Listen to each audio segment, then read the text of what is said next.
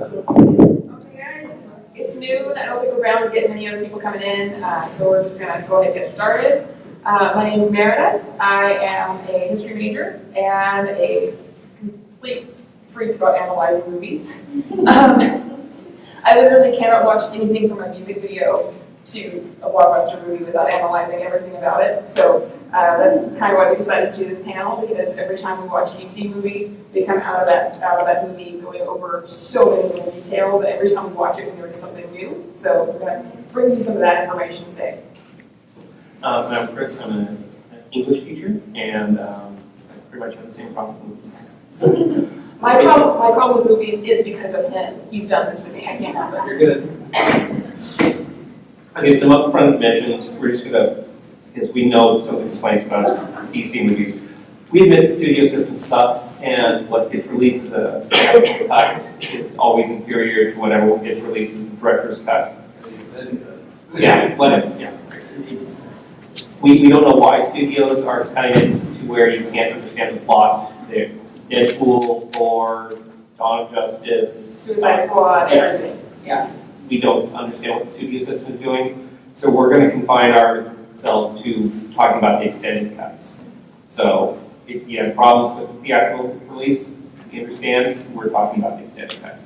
We also feel that there's two basic kinds of movies: those that are purely for entertainment, and those that want to see themselves as something. Whether they succeed or not is a completely different story. I think this is where a lot of problems with comparing Marvel and DC come in. Marvel is very much just entertainment, where I think the DC directors and the DC executives realized that they weren't going to compete with that, so they were going to go for something a little deeper and a little more than just pure brain candy. And to compare brain candy to the standards of depth, or depth to the standards of brain candy, is just unfair. And I think that's where a lot of problems come in. People go in looking for one kind of movie, and it's a different kind. Yeah, it's like, it would be like comparing a Charles Dickens novel to Harry Potter. They're completely different standards. So if you like one, you may not like the other. You may like both, but you may enjoy one more than the other. So it's kind of You don't judge it by the same level. I don't like it because Harry Potter didn't have enough discussion of the welfare state in England, and that would be kind of ridiculous, right? Okay. So just the overview. Our basic theory is that when Chris Nolan and Zack Snyder and their wives sat down and plotted out the DC universe, they took that heavy Chris Nolan, deep philosophy, heavily literature-based idea and sat down and structured a complete critique of philosophy for the DC universes. Man of Steel is a takedown of the philosopher Plato. Dawn of Justice is a takedown of Nietzsche. Suicide Squad is Foucault, and we're pretty sure that Wonder Woman is going to be the discussion of three waves of feminism throughout history. And so that's our overview, and I think that overarching all of it is this Aristotelian, Thomas Aquinas style philosophy that runs throughout all of them. So I'm going to go through all of that. So in Man of Steel, the idea that this is about Plato is not very subtle at all. I mean, you have Clark Kent at 14 reading Plato's Republic, and they make sure you can see it right there pretty clearly. I don't know many 14-year-olds who read Plato, so... Yeah, and he could have been reading any book. It's clear in the movie that he's good at science. He's won awards in science. He could have been reading anything, but for some reason, Zack Snyder chose that book for that scene. So. And it's not well hidden. You're meant to see it. So, and part of this is the reason because the way we see Krypton, it's set up to be Plato's Republic. It has a caste-based system where everyone is born into a certain caste. Plato had the philosopher kings, the soldiers, and the workers. Krypton has the Gallifreyan headgear council people, Zod warriors, and a bunch of scientists, and there doesn't seem to be much else, at least as far as we see. In Plato's Republic, you have a eugenics-based population and child rearing, and you see the same thing in Krypton, where there's no naturally born children. It's all through the Genesis chambers. To the point where Zod even says that having a child out of the natural way is heresy. It's not just illegal, it's almost a sacrilegious act against their religion. They have one. Plato's Republic is isolationist, and Jor-El in his History of Krypton describes how Krypton became more isolationist over time until there's only Krypton left. It has no colonies left, it has no contact with the outside universe, even though given that we know Darkseid is out there, and we know there's the Green Lantern Corps. Green Lantern is out there somewhere. We're going to see a whole universe out there, so for some reason, Krypton became the isolationist republic. And Krypton and Plato's Republic has often been compared to a more communist-style economy. Everything held in commune, very little money, everyone is just does what they're told. We don't have a lot on Krypton's economy, but the one thing we did notice is that traditionally Zod's chess symbol is a Z, or looks something like it.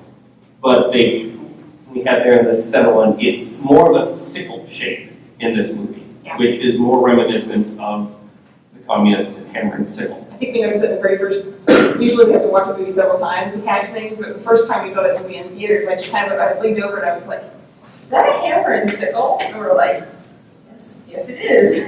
And I mean, it's not what was on him originally in the comic books.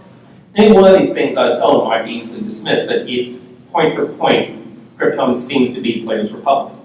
And what we see here is that the Republic is flawed. It inevitably leads to a complete destruction of its own society. Stagnation, you know. I don't know if you can read from there where we have Jor-El's description of how there's a lack of liberty, how no child gets to choose their destiny, and what if a child wanted to do more than what society intended. And this is very much compared to Plato's own statement about the Republic that no human thing is of serious importance. Everything in the Republic is for the Republic, the individuals don't matter, and that's pretty much how Krypton is. Zod justifies everything he does just for the salvation of his people, even mass genocide. It's not even genocide, it's something beyond that. He was out to kill all of humanity just for a planet. Which, yeah, we agree. He could have gone to Mars. Would have made more sense. Right, yeah. It's like, dude, there's literally a planet just right there. You could go terraform that, and everybody would be happy. But no, you had to go crazy. You had to go full crazy. No, I think this movie was mostly worse. And then, if this were a one-time thing, we might dismiss it. But then in Dawn of Justice, and you'll notice we call it Dawn of Justice, we don't care what the studio came up with that incredibly stupid title. You see another takedown of another philosopher, in this case, Friedrich Nietzsche. And we can go over a lot of things with Nietzsche, because there's a lot of different interpretations, but they took down the most general interpretation of Nietzsche, this moralist, empathy, lack of empathy, brutality, almost fascist state. Right. And I mean, if you think of Nietzsche, the first thing you're going to think of is the statement "God is dead," and that is all the way through this movie. That particular statement crops up several times, especially from blacks. We have a lot of things. Right. But one of the things that defines Nietzsche in most interpretations is that he's very much against empathy, that having compassion or feelings for other people is what makes you weak. And you see this carried out through your three main male leads in the movie. In Clark, you see someone tormented by that empathy and trying and ruined by it, but because he still has it, it's what brings him back, it's what makes him Superman, makes him want to feel that he should be doing more. In Bruce, you see someone so tormented by his empathy over the loss of Robin, over the fact that he's only taking out one criminal at a time. As he says, they spring like weeds. He doesn't do much, and he feels he needs to do more. And so, in the standard style of Alfred Morning's, the hatred and cruelty turns him cold and hard, and he becomes willing to do anything. That he becomes willing to say, if there's a 1% chance of even the slightest thing happening, we have to treat it as an absolute certainty and go crazy. Kind of like security right here. But it is his empathy for other human beings that brings him back, that makes him realize at the end that men are still good. So in these two people, you see empathy is what brings them back. It's what makes them humans, what makes them heroes throughout all of this. And compare that to Lex, who starts off without empathy and just gets worse until he's completely detached from humanity. And we're kind of hoping something's going to say that that's just his meeting with Steppenwolf that drove him to the true annoyance that was at the end of the movie, but we'll have That's so crazy. we'll have to see. Next thing is where it said, God is not dead is the quote most often associated with Nietzsche. And you see this, again, parallel between all three of them. You see just the obscene amount of Jesus imagery associated with Clark Kent. Throughout Man of Steel and Dawn of Justice, it's one thing after another. You know, your religious symbolism, it's constant. And we'll get back to that. You see Bruce talking about how you're not a god, you're not even a man. He buys into this image that Superman is something more than a man, and he's out to prove that God is dead. And then you have Lex actually parodying the Nietzsche phrase, now God is as good as dead, when he brings up about Darkseid. I do think. So many things. All the meanings. And the other famous Nietzsche quote is, he who fights with monsters should look to it that he himself does not become a monster. And if you gaze into the abyss gazes into you. And we see this in the three male leads as well. We see Clark staring into the abyss, especially in that scene where, well, not climbing the mountain, but also when Congress is burning around him. He's just looking at how powerless he is. Even with all his power, he can't do anything. And that's killing his humanity. It's making him feel he needs to fall away. The fact that Bruce is staring into the abyss so long that he's lost his humanity is probably the central theme of the entire movie. That he's become detached to it all. Go ahead, finish your statement. And in Lex, we see him becoming the monster himself throughout the whole thing. That he's out to be the monster that can kill the monsters. Right. Do you not see an interweaving of that message of Nietzsche's quote there between Man of Steel and Dawn of Justice, and the fact that here is Clark at the end of Man of Steel killing Zod, essentially fighting the monster, becoming the monster, and then having to reface that same monster in Doomsday, and then dying, quote unquote, as a result. I don't think we've ever actually considered it in that exact fashion before. It would require its interpretation that sees him killing Zod as a bad thing, and I'm not. It's always been one of the fundamental aspects of the Superman ethos, though, that he doesn't kill. Well, he's killed Zod before. Yeah. So that's kind of been a standard thing of it. Yeah, I would point out that him killing Zod, who's about to kill people, is certainly a lot better than Christopher Reeve taking away all of Zod's power, Yes. crushing Zod's hand, smiling while doing it, Yes. and then throwing him to his death. Yes. When he, at that point, been locked up. As a person. I'm not necessarily trying to compare the two movies. I'm just trying to say that there are interweaving of that same message that you can see kind of starting with the idea that Clark being raised in a moralistic, ethically sound, Midwestern, idealistic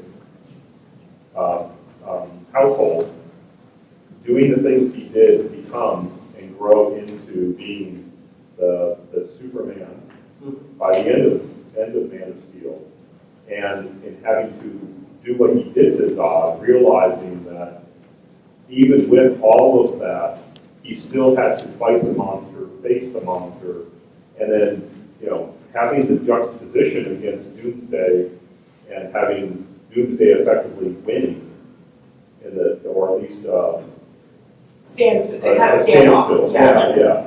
And both of them being destroyed.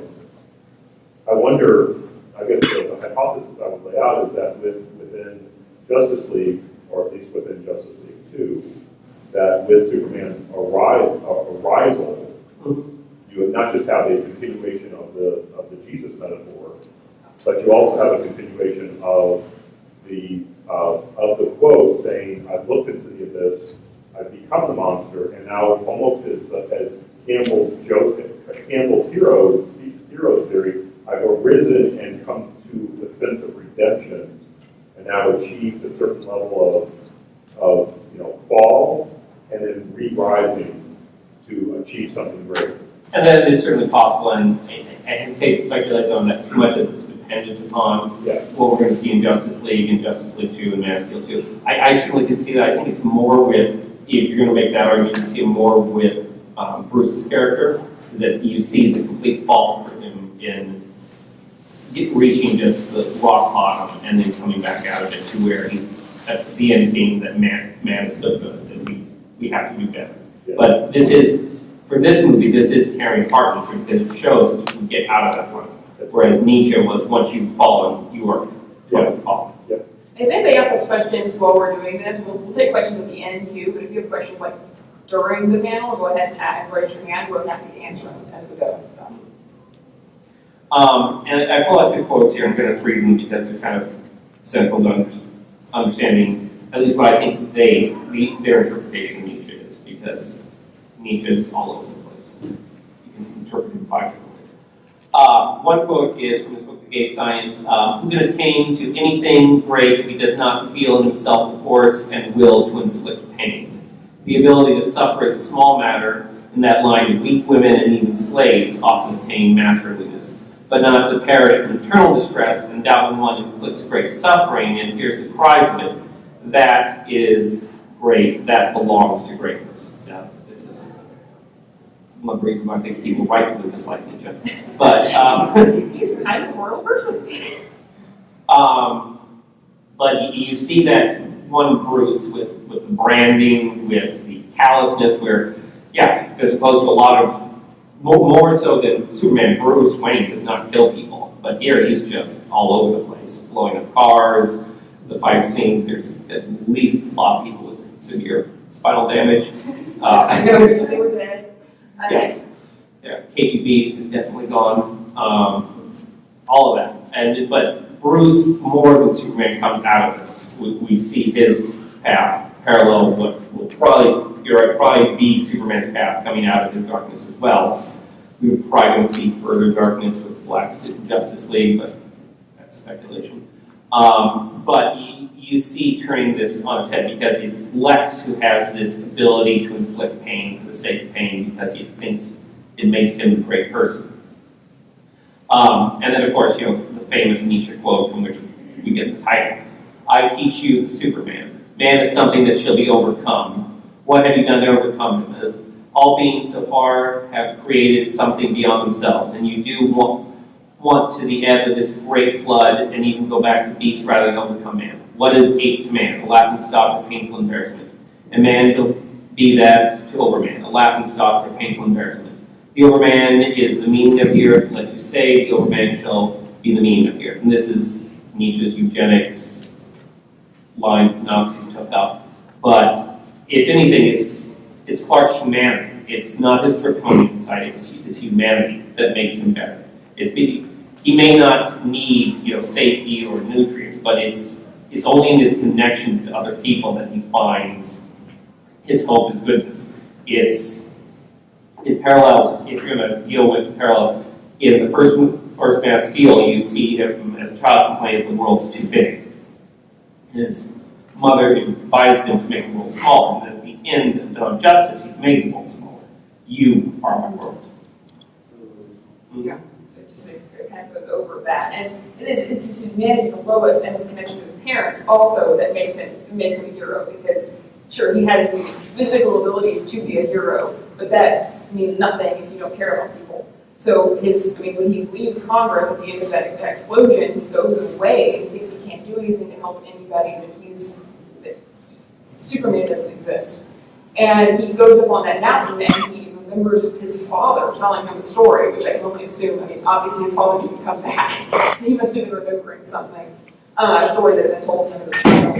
And he remembers his father giving him this advice that if you help people or you do good things, there are consequences to those actions as well. You can't expect for everything to go well the entire time. There are going to be people are going to get hurt as a result of your actions. And you have to realize that and move forward past that anyway and help people as much as you can.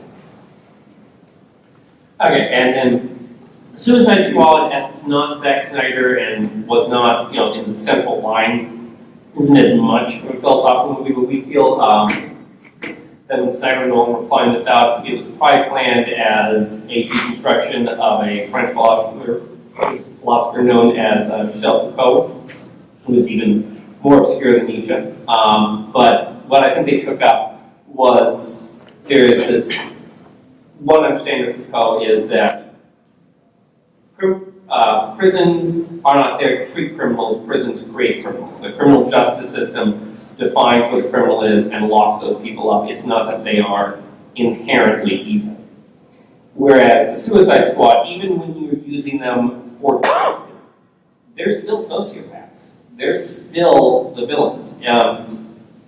You have this thing with Deadshot where a lot of people believe that Deadshot is somehow redeemed throughout the movie, but with his daughter, but it's important to notice that the image of his daughter and being with his daughter is the thing that doesn't get him to stop. If he really did care about his daughter, that image might have actually stopped him from firing. It was the image of being able to kill Batman that had him going for a second. He's right, he's a sociopath. He sleeps well at night because he doesn't care. And Harley, she's crazy to begin with, but if you stop to read, pause the movie on the dossiers that Waller is going over with the generals, they actually wrote some fairly extensive dossiers on these people, and she's been crazy since college in this version.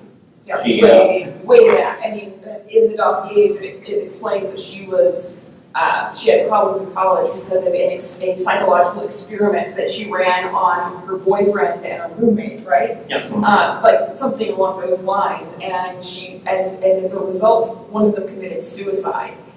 So it was an extensively unethical experiment that she ran, which kind of shows that it wasn't the Joker that drove her insane. She was already quite broken before she started meeting with the Joker, which kind of makes you wonder why this is maybe even already crazy psychologist access to the most crazy person in Arkham, but no one said Arkham was run well.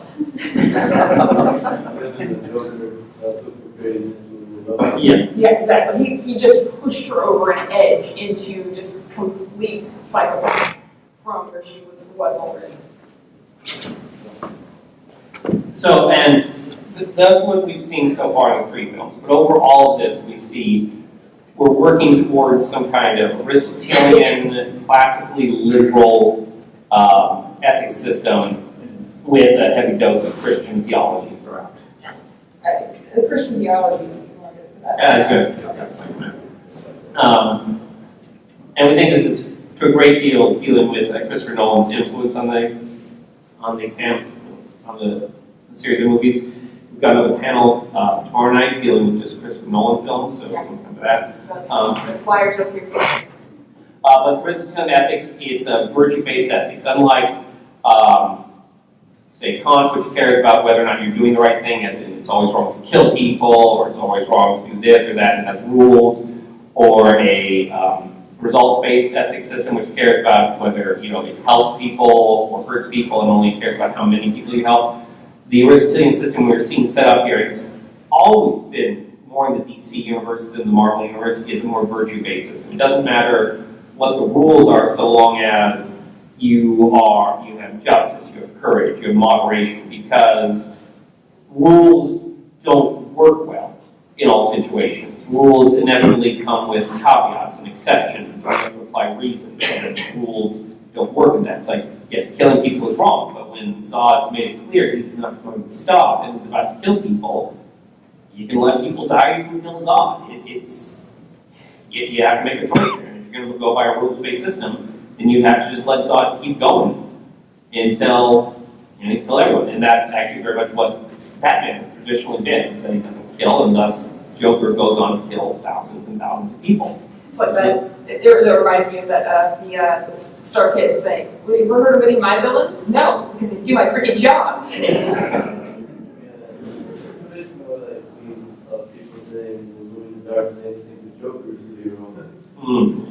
There's all sorts of weird fan theories on those things, yeah.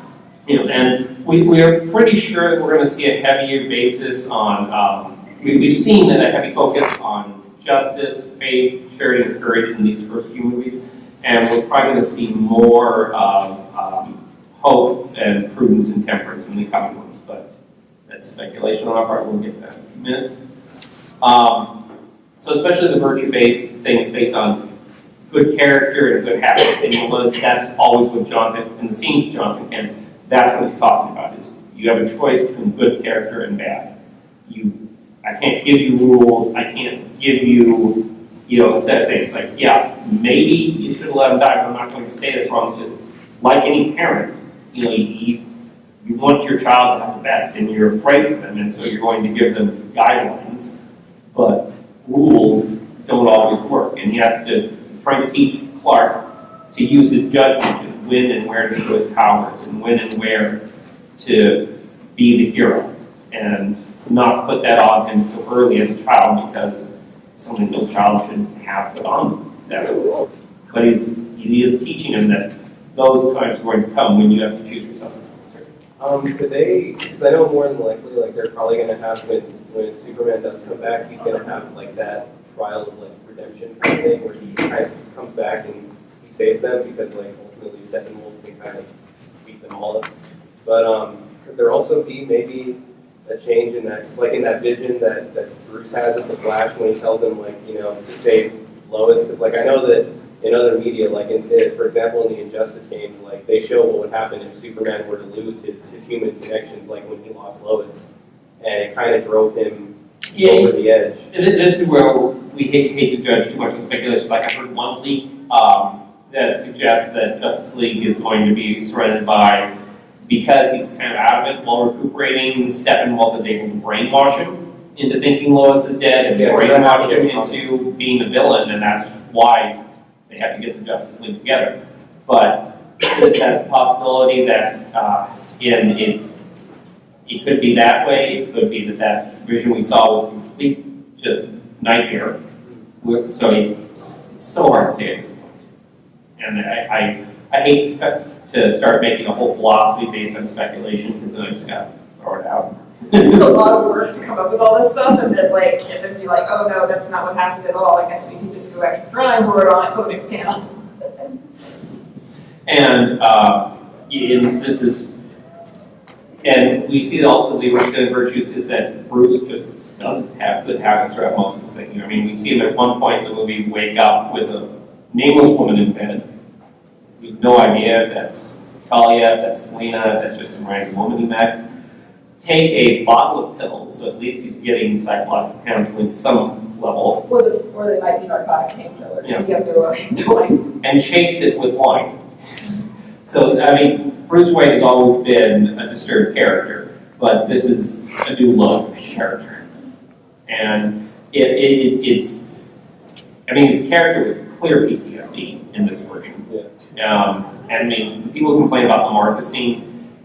That's what someone with PTSD looks like when they've been triggered. You say one word, and they turn into a wreck all of a sudden.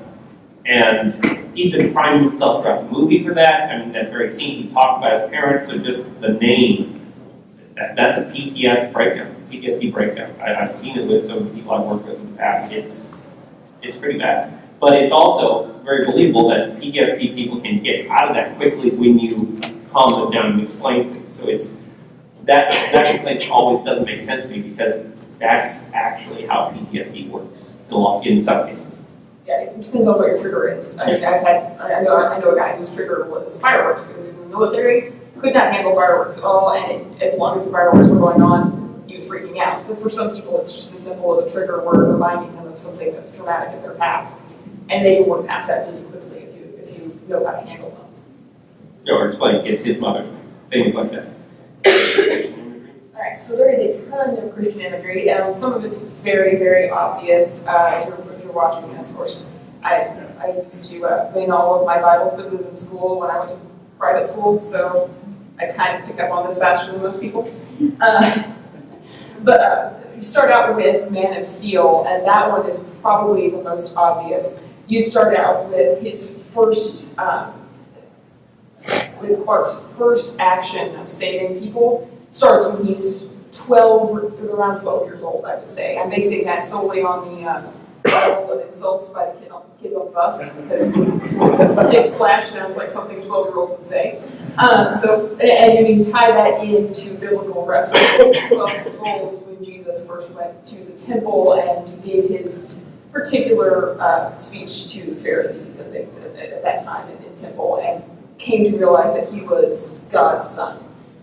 So at 12, there's that. And then he goes on a journey to find himself. The only difference between this and the Bible is that he doesn't have 12 best friends hanging out with him the entire time while he's journeying. So he goes all the way from Kansas all the way to Antarctica, discovering who he is as a person, learning how to save people, learning to be a hero already. Because you can see clearly as you follow him through that story that he has been saving people this entire time.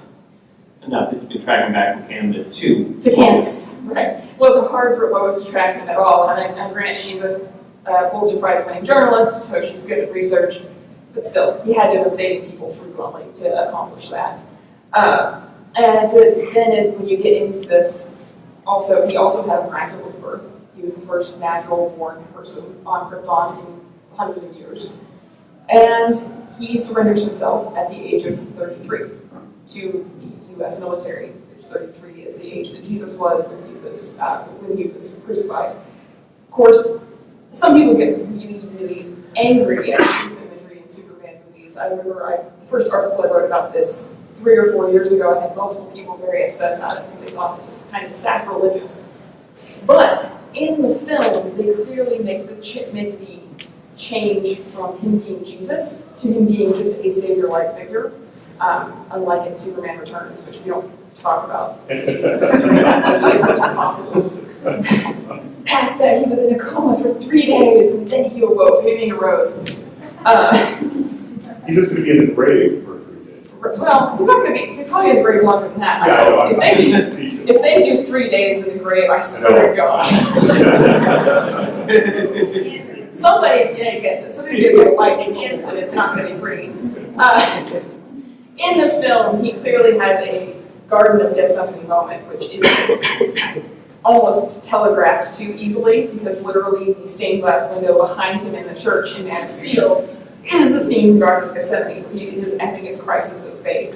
And he goes to the church, so it's showing that he's a Kansas boy, he's a Catholic Kansas boy, strangely enough, and he goes into a church to seek guidance. So they're not placing him in the role of Jesus in the film, they're just placing him in the role of being a savior. Almost a contemporary, so to speak. Exactly, like a temporary one. So that they weren't trying to be like sacrilegious or trying to like co-opt Christianity in that way. They were just trying to use something it's a very common source of symbology for people. You'd be surprised to see when Jews are.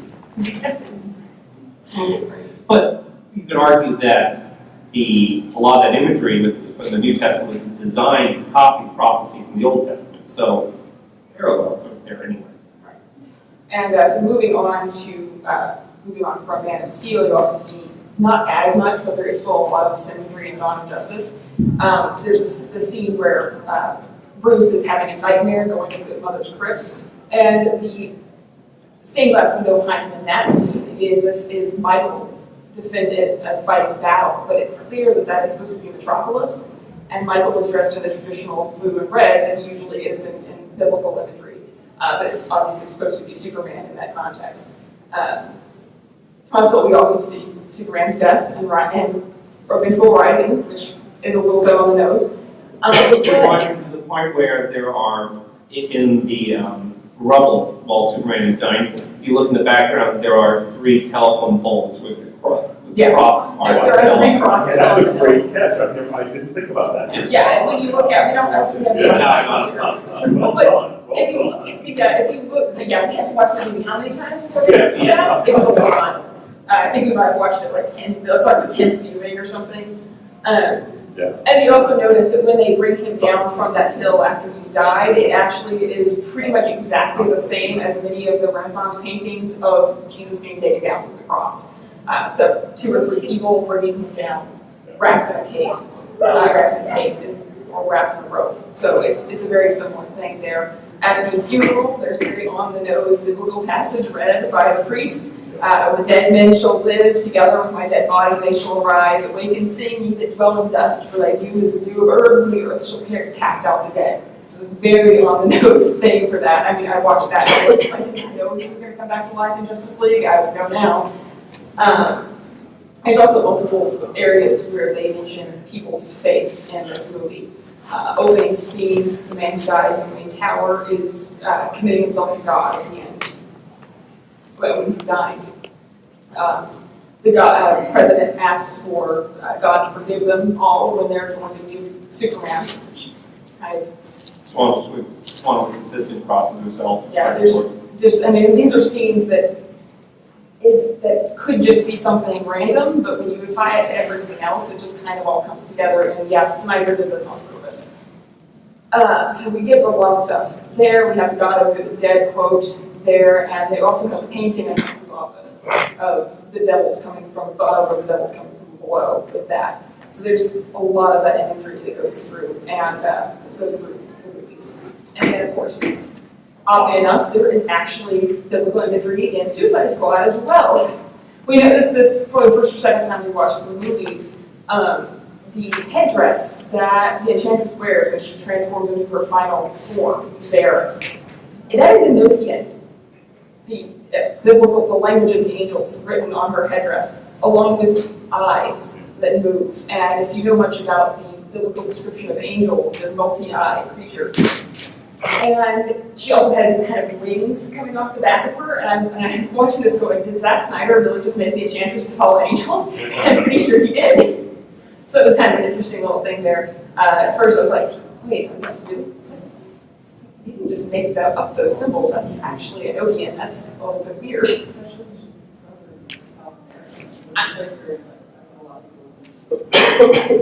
Right, you would assume that, but when you pick those specific elements for her character design, it's kind of a little bit of tie in there for religious purposes. And politically, you also see this Aristotelian critique of all these things. We talk about how to play with the public, but one of the other places that Aristotle critiques a lot is Sparta. And it's very similar critiques that Sparta is basically the template for Republic. And so if you're going to tie the Republic to Sparta, you need some protection. But Jor-El's first line when he storms in is, "This is madness." And what do we all think of when we heard that? Sparta! And in a Zack Snyder film, it's just a little too long to know not to make that connection. And yeah, so all the complaints we made before about Republic also apply politically. And so we see the critique of the centralized politics in Man of Steel, in Dawn of Justice. We have the senator going off about democracy determines what's right. And this is that far other extreme where the will of the people is the will of God. And we see that no, right is right. It's not that it's not up for a vote. And things are It's right. not a conversation. Good is good, bad is bad. Yeah. Yeah, you can have a conversation about it, but it doesn't change the fact that somebody's doing something wrong or right. And we swing back the other way with Suicide Squad, showing this dictatorial power of Amanda Waller is also going to constantly breed problems. And so we think by the end of the full run through Justice League 2, we're going to see, I mean, it's a movie and we're not going to get too much in politics, but we're going to see more of a democratically republic, constitutional, classically liberal form in the sense of the full Justice League, sitting at a council, hammering things out for discussion, but guided by these core principles being shown as what the ideal form of politics is. That leads us to some speculation of Wonder Woman. We think Wonder Woman is going to be a discussion of feminism. And as you know, feminism is broken up into three waves.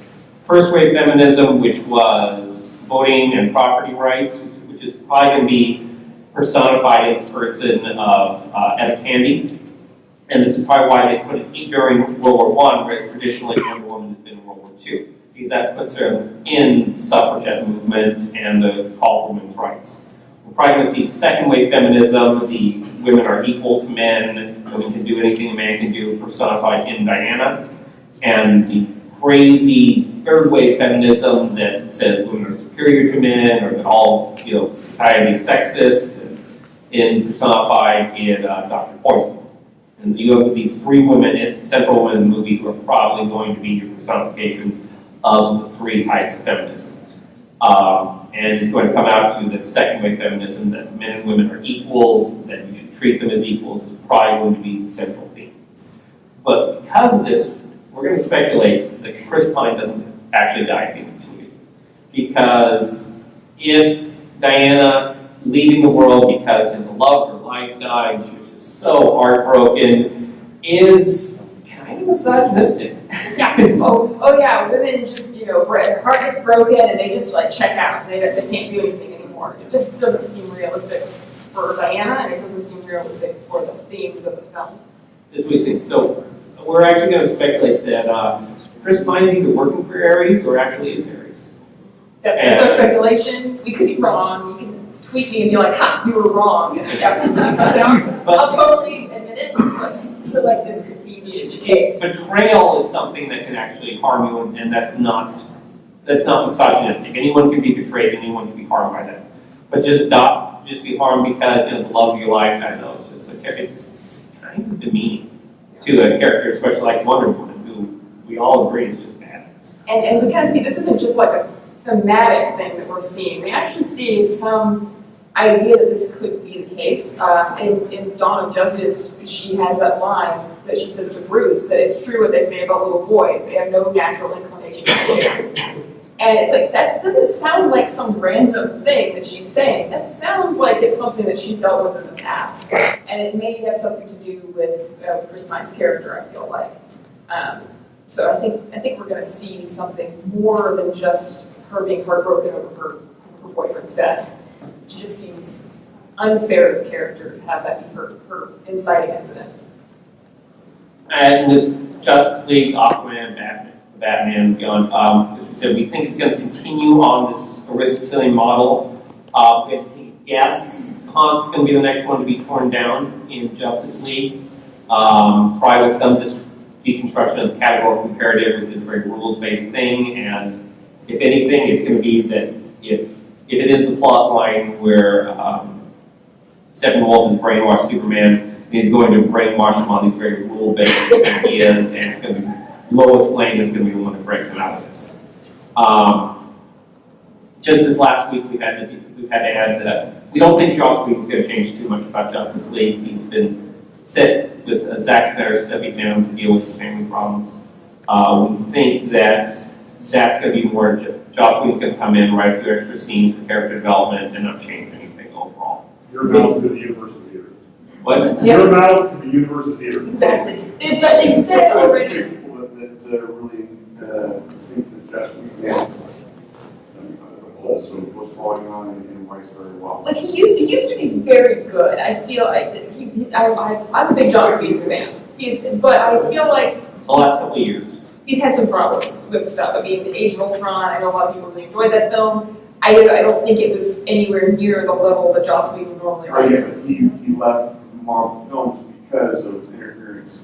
That's true. Yeah. Which might mean that the problems you're having with Age of Ultron weren't his problems. Yeah. Yeah, but this is so heavily set already that it's not like he's going to be able to come in and do He's basically just going to be editing. He's not going to be writing all He's that gonna- much. He's not going to be shooting all that much. Yeah, it's a few minor scenes. He's just going to be editing it together to make it cohesive. Yeah, the real impression will be what happens with Justice League 2. Yeah. What impression does he place upon it? Does he become more, thematically like the Avengers, which would be an arrow in my heart? Well, what the theme of the DCU is, where it is a much deeper. I mean, the comparison I've always made with friends is that Marvel's great, the Marvel Extended Universe is great in the sense that it's a 101, 201 kind of approach to the comic thematics of comics, where the DCU is much more of a gradual level, 400 level course. There is levels in here that 10 times you've watched it, and we're looking at it going, wow, yeah, we missed that entire scene with the three crosses at the end of Justice League. well, the thing, I'm hoping that Zack Snyder will come back and do Justice League 2. And hopefully, I don't know. I think the studio. That's my biggest concern. Yeah, we'll see. We'll see. I mean, the fact of the matter is, for all the critiques, the DC movies make money. It's not like Warner Brothers is unhappy with their box office. I mean, you get headlines all the time saying flop or things like that, when you actually look at how much money they made, how much money they expended, it's not a flop. I mean, not by any definition. There are movies that made less money that are considered successes. So To kind of add on to the flop situation, and I know like people say, I mean, taking like producing class, we learned that that like films are supposed to really make a 3 times budget back. So like they felt like back then for Superman should have been like $1 billion movie, like should have made as much money as Avengers. And unfortunately, it still made a lot of money, but it didn't make as much money. So they're saying it's like not, I wouldn't call it a flop, but maybe a slight disappointment. But it's still turning in a profit for Warner Brothers itself, and that's before you have all their merchandising and other things that come in. I mean, you're going to make a ton of money off of that kind of stuff. I won't talk about my disappointments and the lack of merchandising for Wonder Woman. I didn't do that on Twitter. But I remember, well, through all these years, I remember this promise that it was going to start dark, and then he's building up to something light. So we'll see what happens. This is supposed to be the first of. Yeah. He's trying to be brighter, lighter. He promised that. And we'll see if he fails at that or not. Well, just from the trailers, there's a lot more witty banter. I'm not going to tell you until I actually see it. Yeah, that's true. But that's true. It's never going to be that. But I mean, I enjoy the Avengers movies. I enjoy like Iron Man. I'll still watch that as like if I'm sick and I need some brain candy, I just put Iron Man in, and I enjoy those a lot. But it's just a totally different kind of film. And of course, the critique we always say is, why doesn't Superman smile? Well, he smiles all the time. I don't know if anybody else has noticed this. I love Henry Cavill, so I've watched so many of his films. Henry Cavill has the most expressive face I've ever seen of any actor ever. I feel like maybe Cary Grant is the last person with that much of an expressive face. You watch him on film, and he can give you an entire mood and an entire scene with one line and a bunch of facial expressions.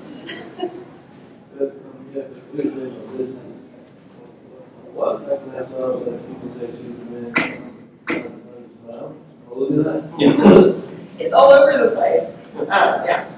Yeah, you pick, a lot of people pick and choose what they want. So, Any other questions? Yeah. I actually, last semester of my senior year of college, I took a class on comic books, and one of the stuff makes we were discussing in class was Superman, and that resulted in quality readings of comics and plus watching some movies. We watched Man of Steel and had a discussion for it. My professor made the argument about Batman and Superman that he saw some new critics reviews that people were saying, oh, it's just a big dumb explosion action death, and he's like, it's not that. It's not that at all, because they have these interesting ideas mixed in the mix. Do you guys feel the very same way in the sense that you don't feel like PBS is like a big action, runway type movie like some critics probably pointed out? I think there is a lot of action. It's a superhero movie. You gotta have action. I would be disappointed if I went for a superhero film and there was not a bunch of fight scenes. I'd be walking out going, what just happened here? That wasn't what I went in for. So you have some really great action scenes in Dawn of Justice. Doomsday Fight is really great. I would say that the fight between Batman and the Bugs and like Martha is one of my top favorite superhero action scenes because it's just hilarious. So when he's doing that particular fight. But yeah, there's a lot more to films than that. So anybody who goes in seeing Dawn of Justice or Man of Steel and walks out saying it's just a bunch of explosions, I think they may have missed something. Like they weren't watching it right, or they just weren't watching very closely. In the blue. So back to the slide you guys mentioned about Superman's smile. That's like one of my biggest pain points whenever people talk about this, because you guys already said, this gentleman even touched on it, is this is all about the development of a person that is so conflicted since birth with all these powers and all this. You know, we think we have problems as teenagers. Try knowing that you can beat the crap out of everybody, but your dad's saying don't do it. Then grow up and then be in this world where the whole world, wants you to do something, but then half of them say, well, we can't trust him. What do you do? So, people seem to be juvenile and say, oh, he doesn't smile, and I just want to kind of. Right, because I'm like, you put yourself in that position that they're making a movie out of one of the most iconic characters ever, and they're asking questions that many of us would ask in that situation if we were in it. And then we're actually getting mad at him for doing it. Yeah, if they're making a complex character, where people are disappointed that they're not, it's too complex. Yeah. And the other thing is that I remember reading before Man of Steel came out that Nolan and Snyder plotted the whole plot line out through Green Lantern 4 and Justice League 2 Right. on a board somewhere. So there's whole arcs in preparation. Yeah, they may be changing this slightly along the way to meet the world and maybe even some business demands, hopefully not too much, but Yeah. but this was already sort of a giant creation, and I hope they don't mess with it too much. Green Lantern? So like in the Suicide Squad movie, like with Deadshot, like he had like some writing on his collar. It said like something like I know God was on there, but I couldn't read the rest of it. I am the light. They only showed It's I am the light, I am the way. That's like John 24. That is so narcissistic. For him, Yeah, it's actually, it's basically based off of like John 24, everything's pretty much, I am the truth, I am, based off the similarities. Like, he doesn't do that in the comics. Like he's not really religious. He's No, not at all. Yeah. I don't think it's necessarily being religious. I think that plays into the fact that he's a sociopath, and most sociopaths are incredibly narcissistic. But no, they base everything off you with the whole, you send all the Christianity and whatnot into those things, that's.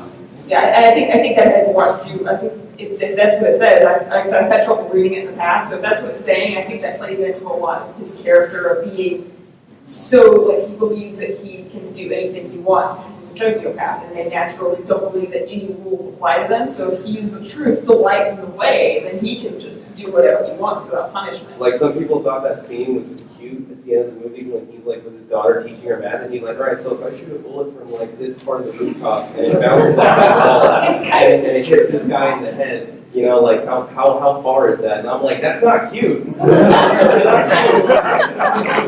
he goes back. It's like with Enchantress offers him what his true desire is to join her. It is not being with his daughter. It is killing Batman. His daughter doesn't. I mean, at least in the comics, when he was redeeming himself, like he went back to Gotham and killed everybody in her neighborhood to make sure she wouldn't get messed with. And this one, he's just like, no, I'm going to teach you how to kill people while teaching you math. So, We love it. Gotta start somewhere.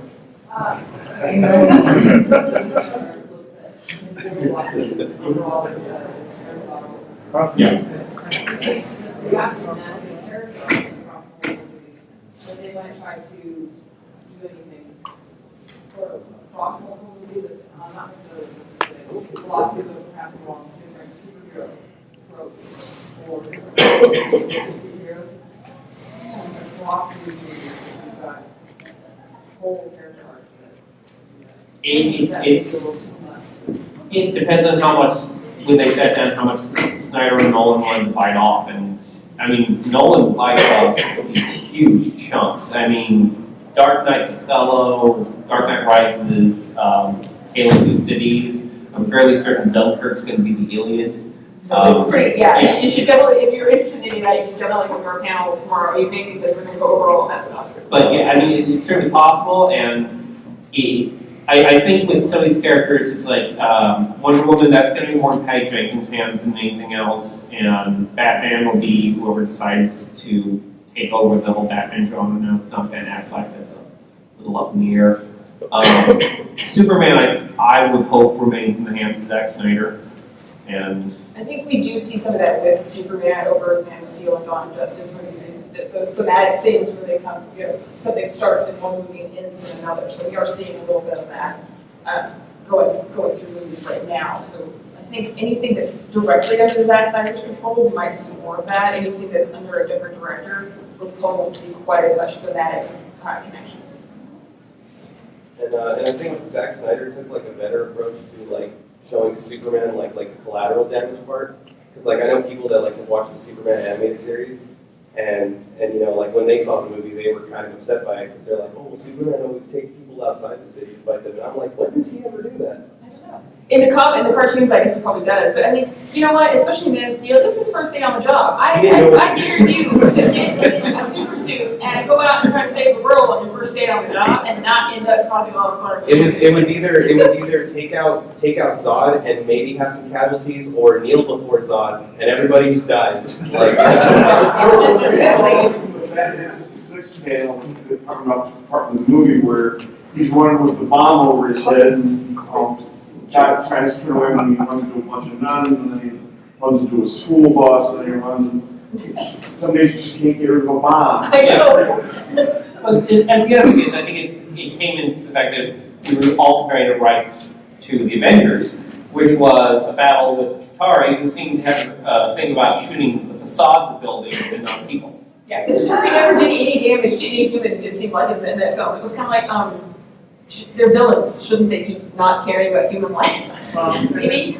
I don't think we'll have time for one more question, so. Yeah, certainly on that. I thought that at the end of the Avengers movie there was like a memorial for people calling them out.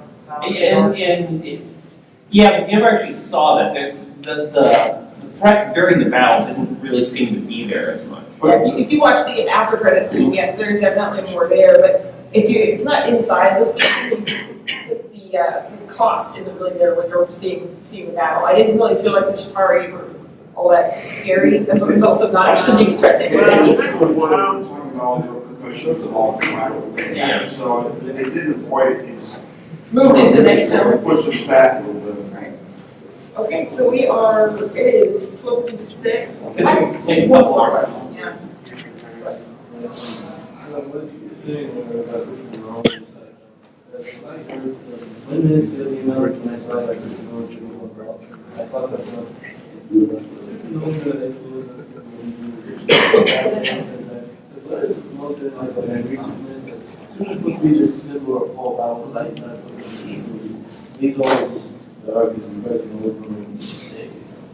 Well, it's not him wondering if he should save people, it's wondering how he can save people. It's like, I know a lot of people complain about that scene where the people painted the in the flood and he's just hovering over them. But if you actually think about it from his perspective, he can't just grab everyone and go supersonic with them to dry land. That will kill most people. You'll have human jelly. It's not good. You have to sit there and go, okay, how am I going to do this? Yeah, in regards to scenes that you have to think about those scenes a little bit more. If you're not analyzing them, which is, like I said, it can be a problem for a film. It's not handled in a way that's easily understood by people. So if I'm sitting here watching it, I watch the movie the first time, and then I go back the second time, and I'm like, oh yeah, I understand what they're going for here in this scene. But a lot of people don't want to watch a movie a second time. They're done. I've watched it. Good. Back away now. Oh, yeah, and if that's that movie, the DC universe is probably not people. Yeah. No. Superhero film, basically, you now want to go by. Yeah. That's generally true. Back in the 78 Superman movie, did you catch her fall from the helicopter? She was in the head. Well, I mean, Superman flew backwards and turned back time. We don't want to talk about that either.